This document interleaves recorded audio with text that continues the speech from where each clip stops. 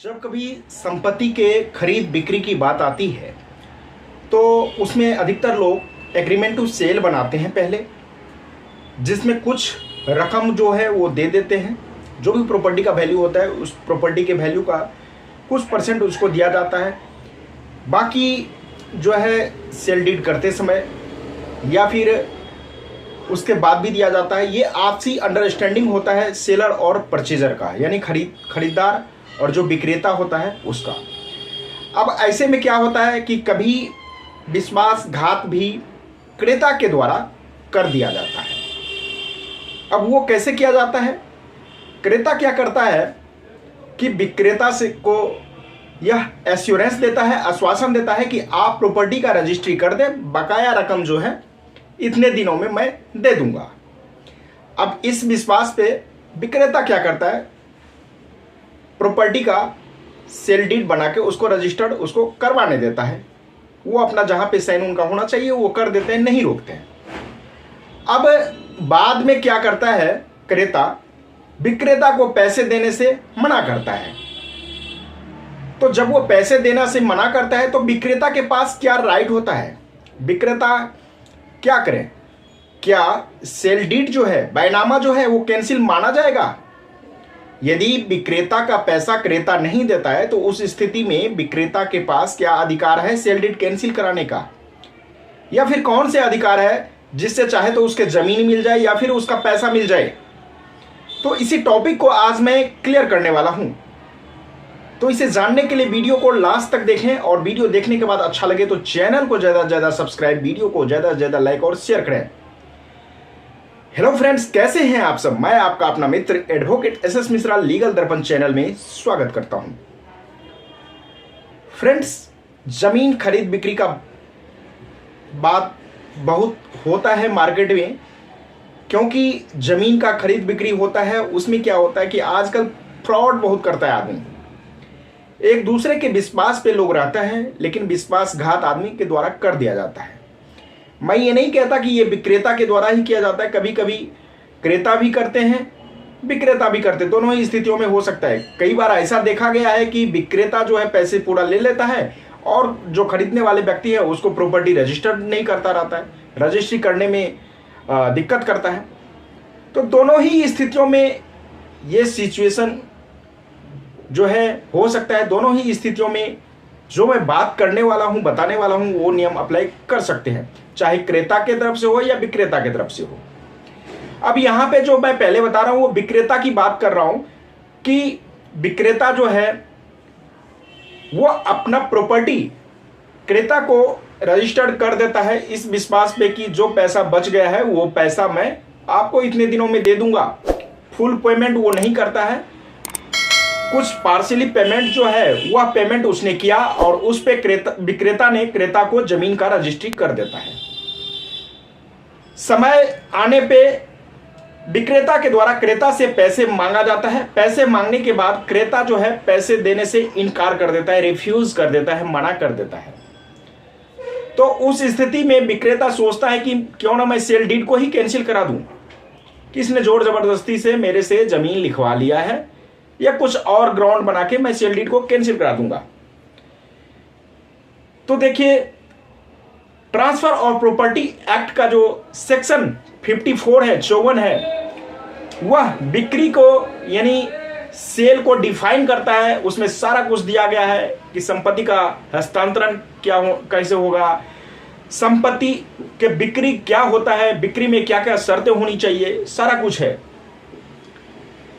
जब विक्रेता को अपनी प्रॉपर्टी का प्रतिफल मिलता है तभी विक्रेता क्या करता है कि प्रॉपर्टी किसी को रजिस्टर्ड करता है। अब चूंकि यहां पर प्रॉपर्टी का पूरा प्रतिफल विक्रेता को नहीं मिलता है, पार्शियली अमाउंट मिला है, कुछ अमाउंट मिला है, कुछ अमाउंट बाकी है। तो इस स्थिति में विक्रेता के पास दोनों ही अधिकार है। Suit for cancellation of sale deed, यानी सेल डीड को कैंसिल कराने का भी राइट है और पैसा रिकवरी करने का ही अधिकार है। लेकिन विक्रेता सूट फॉर कैंसिलेशन में यदि जाता है तो उसमें ज्यादा टाइम भी लगता है और सूट फॉर कैंसिलेशन जो है यह थोड़ा मुश्किल होता है।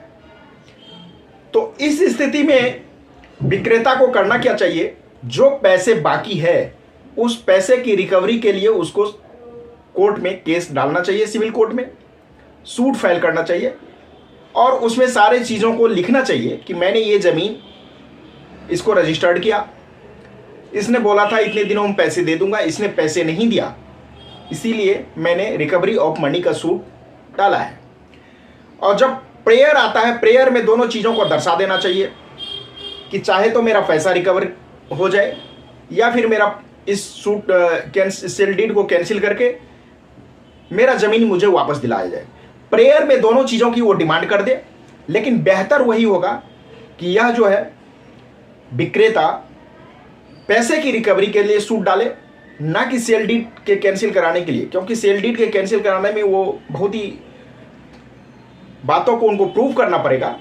और जब एक रिकवरी के लिए हम केस डालते हैं तो रिकवरी के केस से हमको दोनों ही चीज़ें सोल्व हो रहा है, उसमें हम इन चीज़ों को दर्शा सकते हैं कि चाहे मेरा पैसा दे दे या फिर मुझे ज़मीन वापस कर दे, सेल डीड को कैंसिल किया जाए। तो जब कभी आपके साथ इस तरीके की फ्रॉड हो रहा है तो आप क्या करें कि पैसे की जो पैसे बाकी है उसको लेने के लिए, उसको पाने के लिए आप मुकदमा डालें और प्रेयर में जो है दोनों ही चीज़ को लिख दें कि चाहे मेरा पैसा जो है ये वापस हो या फिर सेल डीड को कैंसिल किया जाए और मेरा ज़मीन मुझे वापस दिला जाए।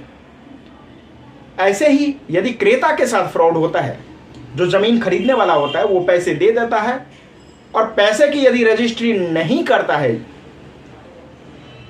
तो उस स्थिति में क्रेता के पास भी अधिकार है कि क्रेता जो है जो पैसे दिया है उस पैसे की रिकवरी के लिए कोर्ट में मुकदमा करे और उसमें सारी चीज़ों को लिख दे कि मैं ज़मीन के खरीदने, इनसे ज़मीन लेना चाहता था, इन्होंने एग्रीमेंट बनाए हैं और ये ज़मीन मुझे रजिस्ट्री करने से इनकार कर रहे हैं, जिसके कारण से मैं इनसे पैसे की रिकवरी का डिमांड कर रहा हूँ, मैंने इतने पैसे दिया है। और पैसे की भुगतान जो है कभी भी कैश में ना करें, ऑनलाइन नेट बैंकिंग से करें या यूपीआई के थ्रू करें, या आप चेक दे रहे हैं तो चेक के थ्रू करें, डीडी के थ्रू करें। मतलब ऑनलाइन कोई मोड होना चाहिए जिसका प्रूफ रहता है, कैश का कोई उतना ज़्यादा प्रूफ नहीं रहता, इसीलिए ऑनलाइन से ही पेमेंट करें। और जब क्रेता केस फाइल करते हैं रिकवरी ऑफ मनी का तो उसमें ये डाल दें कि जिस ज़मीन का एग्रीमेंट बना है चाहे तो वो ज़मीन मुझे वापस दिया जाए या फिर मेरा पैसा दिलाया जाए।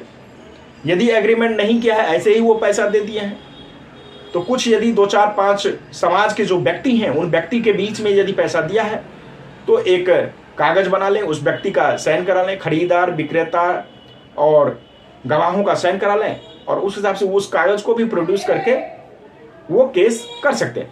तो ये कुछ जानकारियां थी ज़मीन के खरीद बिक्री से रिलेटेड। विशेष ज्ञान के लिए आप ट्रांसफर ऑफ प्रॉपर्टी एक्ट, संपत्ति हस्तांतरण अधिनियम जो है उसके सेक्शन 54 को पढ़ के आप विक्रय किस तरीके से होने चाहिए, प्रतिफल कैसे होना चाहिए, विक्रय में किस तरीके से संपत्ति का हस्तांतरण हम कर सकते हैं, सारा कुछ उसमें मेंशन है, आप उसको पढ़ भी सकते हैं। तो फ्रेंड्स, जानकारी कैसा लगा आप मुझे कमेंट करके जरूर बताइएगा। कोई कंफ्यूजन हो आपके पास तो उसका कमेंट करें, मैं उसको रिप्लाई देने का कोशिश करूंगा।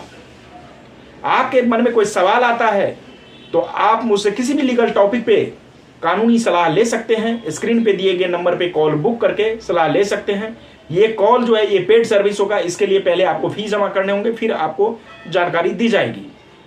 कॉल करने का समय सुबह के 10 बजे से लेकर शाम के 7 बजे तक जो ऑफिशियल टाइम होता है वो उस ऑफिशियल टाइम में आप कॉल करें, आपको जानकारी मिल जाएगा। आज तक के लिए इतना ही, फिर मिलते हैं नेक्स्ट वीडियो में। तब तक के लिए धन्यवाद।